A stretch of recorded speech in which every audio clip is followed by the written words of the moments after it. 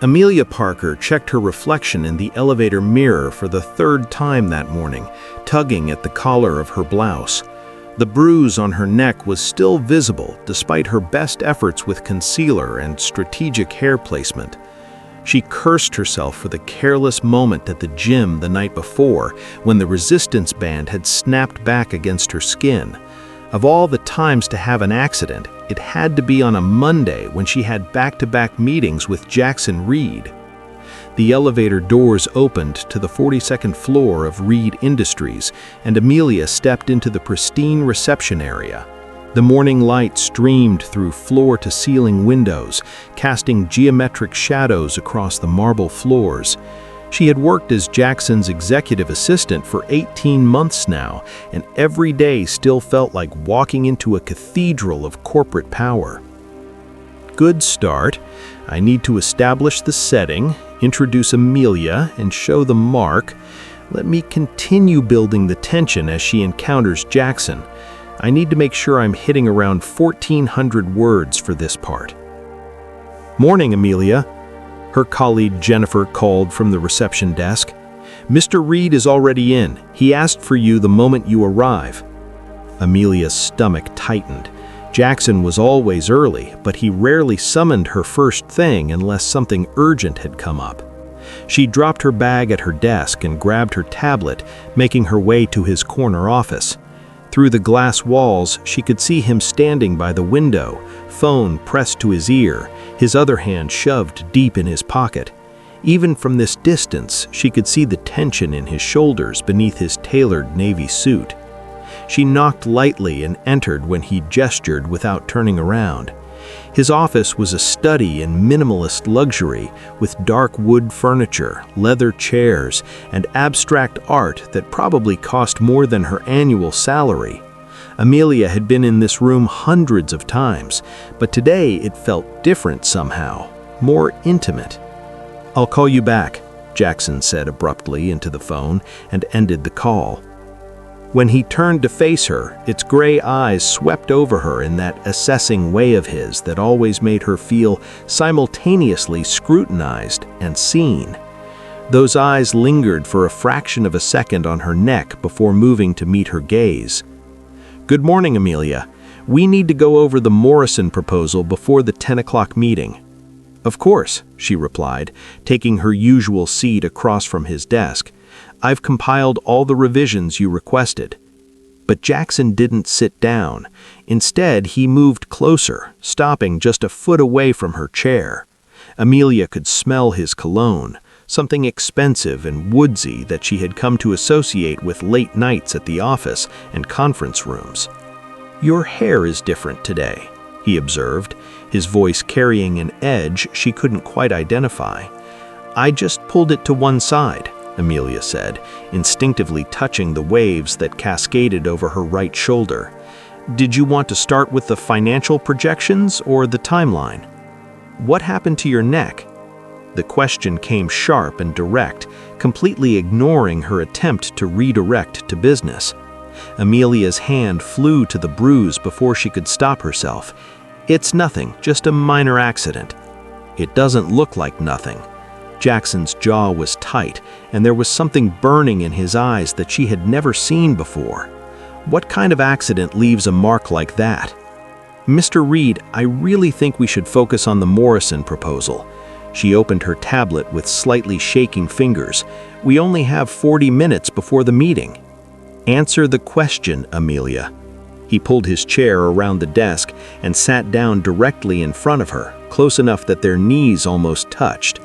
"How did you get that mark?" Her breath caught. In 18 months of working together, Jackson had never been this personal, this invasive. He was professional to a fault, maintaining the perfect balance of friendly and distant, but right now there was nothing distant about him. He leaned forward slightly, and Amelia found herself pressed back in her chair. "I don't see how that's relevant to our work," she managed to say, though her voice came out less steady than she intended. "Humor me." The words were soft but carried an unmistakable command. "Did someone hurt you?" The concern in his voice surprised her.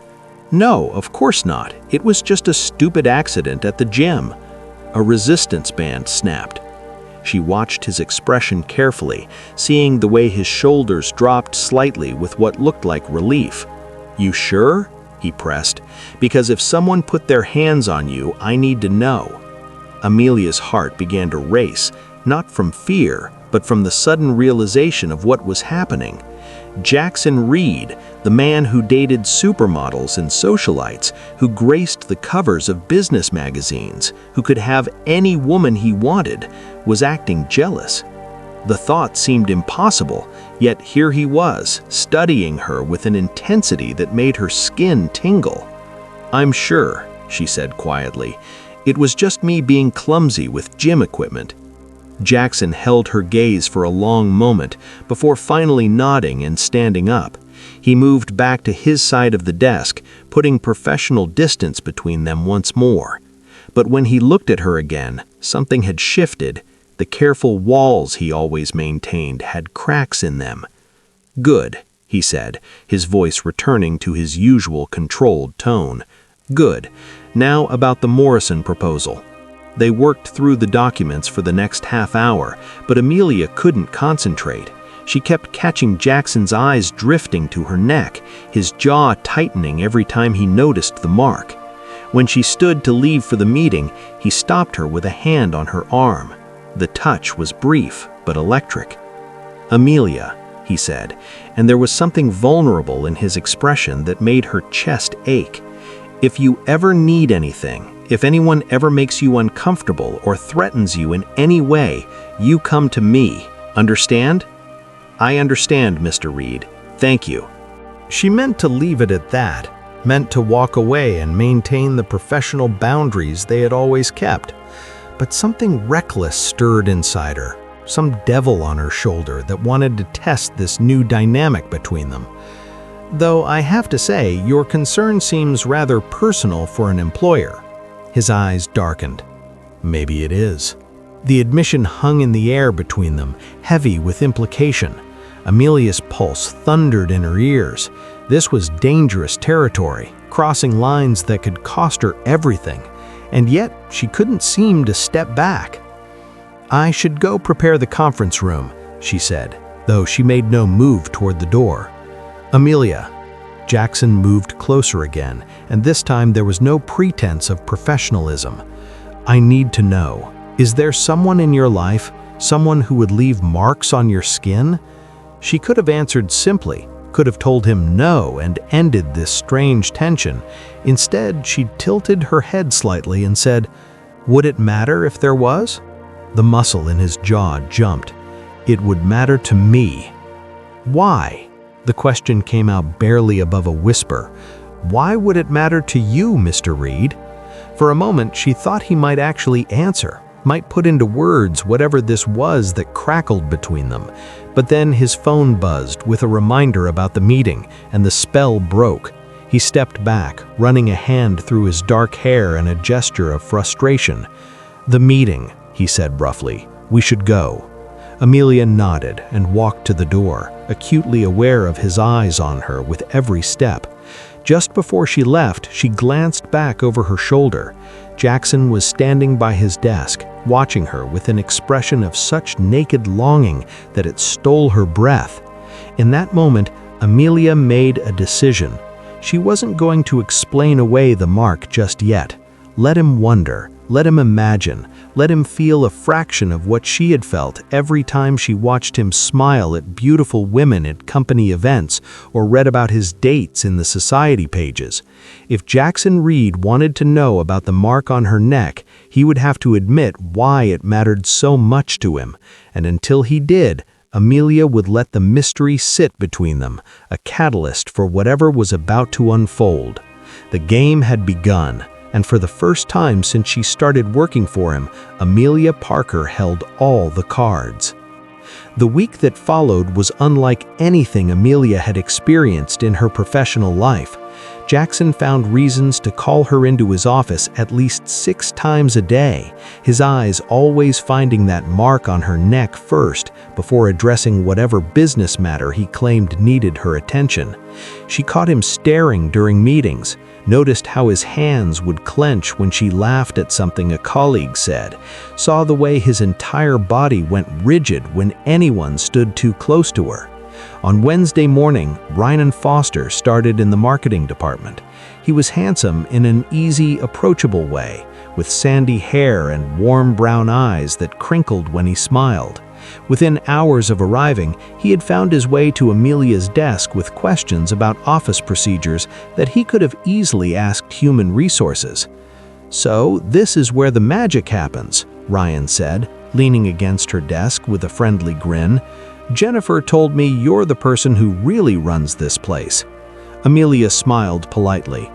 "Jennifer exaggerates. I just help keep Mr. Reed organized. Still, I'd love to pick your brain about the company culture here, maybe over coffee sometime." Ryan's interest was clear and uncomplicated, the kind of straightforward attention that would have flattered her under normal circumstances. "Perhaps during lunch in the cafeteria," Amelia offered diplomatically. "I'm usually pretty busy with coffee breaks." From across the open office space, she could feel Jackson's gaze burning into them. When she glanced toward his office, he was standing at his window, phone in hand, but clearly not using it, watching their interaction with an expression that could freeze water. Ryan followed her gaze and straightened slightly. "Is Mr. Reed always so intense?" "That's just his working face," Amelia said, though her heart was racing. "You'll get used to it." After Ryan left, Amelia's phone buzzed with an internal message from Jackson. "My office now."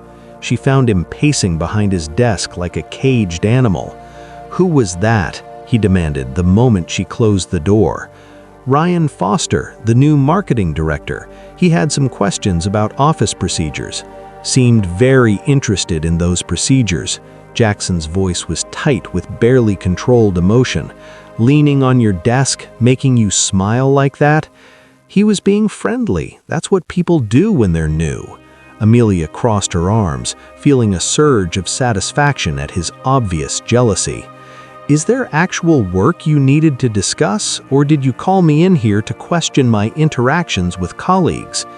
Jackson stopped pacing and turned to face her fully. "Are you enjoying this, watching me lose my mind over you?" The admission was so raw, so honest, that Amelia felt her defensive posture soften.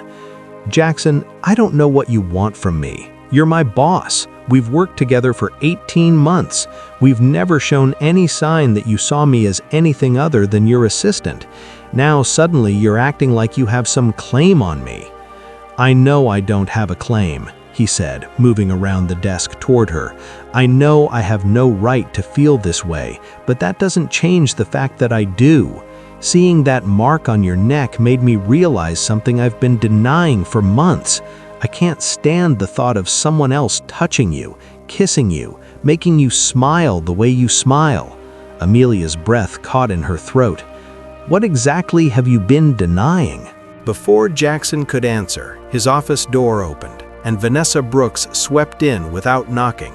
She was stunning in a crimson dress that hugged every curve, her dark hair falling in perfect waves, her smile calculated and predatory. "Jackson, darling," Vanessa purred, completely ignoring Amelia's presence. "I hope I'm not interrupting anything important."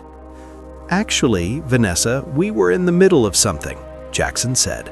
But Vanessa was already moving to kiss both his cheeks in that affected way wealthy people did. "I was just in the neighborhood and thought we could discuss the merger over lunch. You know how much better business goes when mixed with pleasure." Vanessa's hand lingered on Jackson's arm, a red nail stark against his dark suit. Amelia felt something ugly twist in her chest. This was what jealousy felt like from the other side, and she hated it. Vanessa Brooks was everything Amelia wasn't, polished, sophisticated, from Jackson's world of country clubs and charity galas. They looked right together, in a way that made Amelia feel small and insignificant. "I have meetings all afternoon," Jackson said, gently removing Vanessa's hand from his arm. "Perhaps another time." "Oh, don't be boring, Jackson. Surely your assistant can reschedule a few meetings." Vanessa finally looked at Amelia, her gaze dismissive. "You can do that, can't you, dear?" "Mr. Reed's schedule is quite full today," Amelia said coolly, proud that her voice didn't shake. "But I can check next week's availability if you'd like to set up a proper appointment." Vanessa's smile sharpened. "How efficient, Jackson. You've trained her well." "Vanessa," Jackson's voice held a warning note. "Amelia is my executive assistant, not a pet. I'd appreciate if you showed her the respect she deserves." For a moment, Vanessa looked genuinely surprised. Then she laughed, a tinkling sound that grated on Amelia's nerves. "Of course, my apologies. I'll call your secretary to schedule that lunch." She air-kissed Jackson's cheeks again. "Don't work too hard, darling." After Vanessa left, silence filled the office. Amelia turned to go, but Jackson caught her wrist.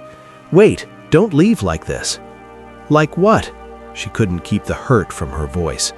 "I have work to do, Mr. Reed, and apparently meetings to reschedule for your lunch dates."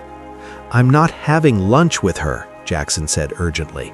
"I'm not interested in Vanessa Brooks." "You don't owe me any explanations. I'm just your assistant, remember?" Amelia pulled her wrist free. "The one you've trained well?" "Amelia, that's not what I think of you, and you know it." Jackson ran his hair through his frustration. "I defended you to her, didn't I?" "Yes, you did. Thank you for that professional courtesy." She knew she was being unfair, knew she was lashing out because seeing Vanessa touch him had made her ache in ways she didn't want to examine, but she couldn't seem to stop herself. "This isn't about professional courtesy," Jackson said, his voice dropping low. "This is about the fact that watching Ryan Foster flirt with you made me want to fire him on the spot. This is about how I can't sleep because I keep thinking about who might have put that mark on your neck. This is about how I've spent 18 months pretending I don't notice everything about you, and I can't pretend anymore." Amelia stared at him, her heart pounding so hard she thought it might burst from her chest. "What are you saying?" "I'm saying that I'm falling for you, Amelia Parker. Actually, I think I've already fallen. I'm saying that I know it's inappropriate and complicated and probably a terrible idea, but I can't help it. I'm saying that if there's any chance you feel even a fraction of what I feel, I need to know." The words hung between them, a confession that changed everything. Amelia thought about all the times she had admired him from afar, convinced he would never see her as anything more than competent help. She thought about the flutter in her stomach every time he smiled at her, the way she found excuses to stay late when he was working, the jealousy that had consumed her watching Vanessa touch him. "There's no one," she said quietly. "The mark was really just an accident. I let you think otherwise because I wanted to see if you cared, if there was any possibility that you saw me as more than just your assistant." Jackson's eyes widened. "You mean all week I've been torturing myself over nothing?" "Not nothing. You've been torturing yourself over your own feelings." Amelia stepped closer to him. "And for what it's worth, I've been falling too. Every time you smile at something I say, every time you remember how I take my coffee, every time you defend me or trust me with something important, I've been falling and terrified because you're Jackson Reed and I'm just the girl who manages your calendar." "You are so much more than that," Jackson said fiercely. He reached out slowly, giving her time to pull away, and cupped her face in his hands. "You're brilliant and funny and the best part of every single day. When I wake up, the first thing I think about is seeing you. When I go to bed, you're the last thought. You're not just anything. You're everything, Jackson," she breathed, and then his lips were on hers. The kiss was gentle at first, tentative, as if he was afraid she might disappear. But when Amelia melted into him, when her hands found their ways into his hair, the kiss deepened. It was everything she had imagined and nothing like she expected, both overwhelming and perfectly right. Jackson kissed her like she was precious, like he had been waiting for this moment as long as she had. When they finally broke apart, both breathing hard, Jackson rested his forehead against hers. "I've wanted to do that for so long." "Me too," Amelia admitted, her fingers still tangled in his hair. "But we need to talk about what this means, the company policies, the power dynamic, what people will say." "I know, and we'll figure all of that out."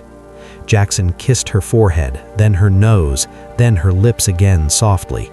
"But right now, I just need you to know that this is real for me. You're real for me. Whatever complications come, we'll handle them together." Amelia nodded, believing him, despite all the logical reasons she shouldn't. "Together," she agreed. They stood there holding each other, both knowing that everything had changed, and neither of them wanting to let go. Outside the office, the business world kept spinning. Deadlines loomed and complications waited. But in that moment, wrapped in Jackson's arms, with his heart beating against hers, Amelia felt something she hadn't let herself feel in a very long time. She felt hope. The next morning, Amelia woke up with Jackson's arm draped across her waist, his breathing slow and steady against her neck. They had talked until 3 in the morning, mapping out how they would navigate their relationship, setting boundaries for work, making promises about honesty and communication. Then they had stopped talking entirely. Amelia had discovered that Jackson was as thorough and attentive and private as he was in business. Now, in the soft morning light filtering through his bedroom windows, reality began to creep in. She had slept with her boss. She had crossed every professional line she had sworn to maintain, and the terrifying part was that she didn't regret a single second of it. "I can hear you thinking," Jackson murmured against her shoulder, his lips brushing her skin. "What's going on in that brilliant mind?" "Just wondering how we're going to do this," Amelia admitted, turning to face him. His hair was charmingly disheveled, his eyes still soft with sleep, and she had to resist the urge to kiss him senseless. "At the office, how do we act? What do we tell people?" Jackson propped himself up on one elbow, his expression serious. "We tell them the truth eventually, but first I need to talk to HR and legal, make sure we're doing everything by the book. I won't let this affect your career, Amelia. If anyone has a problem with us, they'll have to go through me." "That's exactly what I'm worried about," she said. "People will think I slept my way to any promotion or opportunity. They'll question every decision you make regarding me." "Then prove them wrong." Jackson traced her jawline with his thumb. "Your work speaks for itself. You're the best assistant I've ever had, and that has nothing to do with how I feel about you personally." They reluctantly got ready for work, Jackson lending her a shirt since she hadn't planned to stay the night. Walking into the office separately felt like a lie, but they both agreed it was necessary until they had talked to HR. Amelia arrived first, settling into her normal routine, though nothing felt normal anymore. Everything had shifted, colored by the memory of Jackson's hands on her skin, his whispered confessions in the dark. Ryan appeared at her desk just after 9, holding 2 cups of coffee. "Peace offering," he said with his easy smile. "I think I came on a bit strong yesterday. Let's start over as friends and colleagues." "That sounds perfect," Amelia said, genuinely relieved. "Thank you for understanding." "Of course, though I have to say, you seem different today. Good different. Something happened?" Ryan's eyes were kind, not prying. Before Amelia could answer, Jackson emerged from the elevator. His eyes immediately found her. For a split second, his professional mask slipped, and she saw everything he felt written clearly on his face: desire, possessiveness, and something deeper that made her heart race. Then the mask snapped back into place, and he was CEO Jackson Reed again, cool and controlled. "Good morning, Amelia, Ryan." Jackson nodded at them both. "Amelia, I need to see you in my office when you have a moment." "Of course, Mr. Reed, I'll be right there." After Ryan left, Amelia gathered her tablet and made her way to Jackson's office.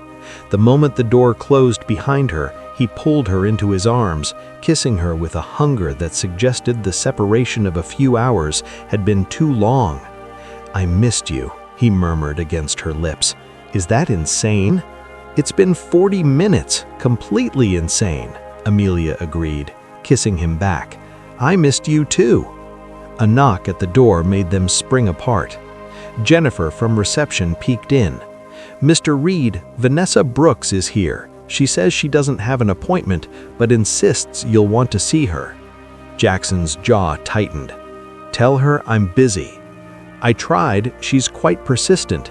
Jennifer looked apologetic. "It's fine," Amelia said quietly. "I'll go. We can continue this discussion later." But as she turned to leave, Jackson caught her hand in front of Jennifer in full view of anyone who might pass by his glass office walls. He lifted her hand to his lips and kissed her knuckles. "Tonight, dinner at my place, 7 o'clock." Amelia's eyes widened at the public display, but she nodded, her cheeks flushing. Jennifer's eyes went round as quarters, and Amelia knew that by lunchtime, everyone in the office would know something was happening between her and Jackson. Sure enough, by noon, the whispers had started. Amelia felt eyes on her wherever she went, heard conversations stop when she approached. Some looks were curious, others envious, a few openly hostile. She kept her head high and focused on her work, but it was harder than she had anticipated. Vanessa cornered her in the ladies' room that afternoon. "So, the rumors are true?" she said, reapplying her lipstick in the mirror. "You've managed to snare Jackson Reed. Impressive, really. I didn't think he went for the wholesome girl-next-door type." "I'm not trying to snare anyone," Amelia said evenly, washing her hands. "And whatever is or isn't happening between Mr. Reed and me is private." "Private?" Vanessa laughed. "Darling, nothing is private when you're involved with someone like Jackson. You'll be photographed, scrutinized, compared to every woman he's ever dated. Can you handle that? The society pages, the charity events, the business dinners where everyone will be judging whether you belong?" The words hit closer to Amelia's fears than she wanted to admit. "I appreciate your concern, but I can take care of myself." "Can you?" Vanessa turned to face her fully. "Jackson and I have known each other since we were children. Our families vacation together. We understand each other's world. What do you have to offer him besides being available and convenient?" Amelia felt anger flare hot in her chest, but she kept her voice calm. "If you'll excuse me, I have work to do." She left the restroom with as much dignity as she could muster, but Vanessa's words echoed in her head. What did she have to offer someone like Jackson Reed? She was smart and competent at her job, but there were thousands of smart, competent women in the city. What made her special enough to hold the interest of a man who could have anyone? That evening, Amelia almost canceled dinner. She stood outside Jackson's building for 10 minutes, her phone in her hand, crafting and deleting text messages. But then she remembered the way he looked at her, vulnerability in his voice when he said he was falling for her, the gentleness of his touch. Jackson wasn't the untouchable CEO when they were alone. He was just a man who made her laugh, who listened when she talked, who made her feel seen in a way no one else ever had. She went upstairs. Jackson answered the door in jeans and a casual sweater, looking younger and more relaxed than she had ever seen him. "You came," he said, and she heard relief in his voice. "I was worried you might change your mind." "I almost did," Amelia admitted, stepping inside. Vanessa found me today. She made some good points about how different our worlds are." Jackson's expression darkened. "What did she say to you?" Amelia repeated the conversation, watching his face grow stormier with each sentence. When she finished, he pulled her close, wrapping his arms around her tightly. "Listen to me," he said fiercely. "Vanessa Brooks doesn't know anything about what we have. Yes, she and I grew up in the same social circle. Yes, our families know each other, and every single minute I spent in that world felt like playing a role. With you, I get to be real. You make me laugh. You challenge me. You call me out when I'm being unreasonable. You see me, Amelia, not just the CEO or the trust fund or the family name. That's what you offer me. That's everything." Tears pricked at Amelia's eyes. "The office is talking. People are saying I slept my way to job security, that you're having a midlife crisis, that I'm using you." "You care what they think?" Jackson asked gently. "Care about you?" Amelia said. "I care about your reputation. I don't want to be the scandal that damages everything you've built." "Could never be a scandal. You're the best thing that's happened to me in years." Jackson cupped her face in his hands. "I talked to HR and legal today. Technically, there's no policy against us dating as long as we disclose the relationship and I'm not directly responsible for your performance reviews or salary decisions. We can do this right, Amelia. We can be together without compromising either of our careers. And when people whisper, when clients question your judgment, when Vanessa and people like her try to make me feel like I don't belong in your world, then we prove them wrong together." Jackson kissed her forehead. "I'm not going to lie and say it will be easy. There will be challenges, but I'm willing to face all of them if you are. The question is, do you want this? Do you want me? Complications and all." Amelia looked into his eyes and saw her future.